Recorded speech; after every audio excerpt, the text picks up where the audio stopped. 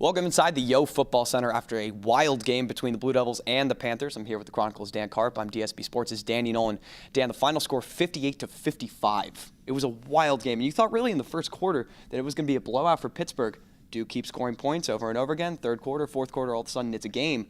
What a wild finish today. Absolutely, Danny. This game epitomized a roller coaster ride when you look back at it. Duke found itself down 3 scores at 2 different junctures, one in the second quarter, one in the fourth quarter, and they were both times able to claw their way back. And somehow, after everything that went wrong, when it comes to turnovers, when it comes to getting beat through big plays in the air, they found themselves within 1 score in the closing minutes and had a chance to get an onside kickback and potentially win the game. But ultimately, the ball just didn't bounce the Blue Devils' way. They made too many early mistakes for it to come through late for them.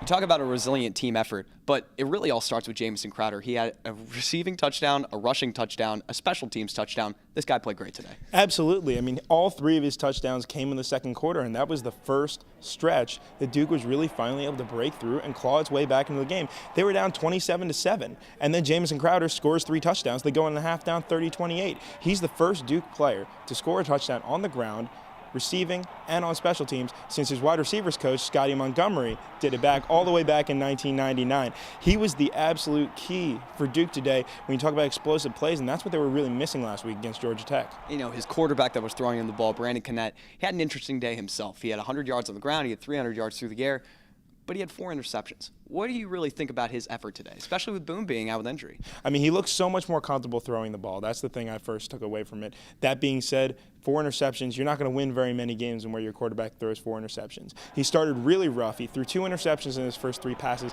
and then he really settled in and started to look good. He took more shots down the field than he did last week, and it paid dividends. You talk about accounting for 6 total touchdowns, 4 through the air, 2 on the ground. He was a warrior today. He led his team. He brought them back when they needed it. At the same time, you can't throw 2 fourth-quarter interceptions, including a pick 6. And you talk about a terrible stretch for Duke.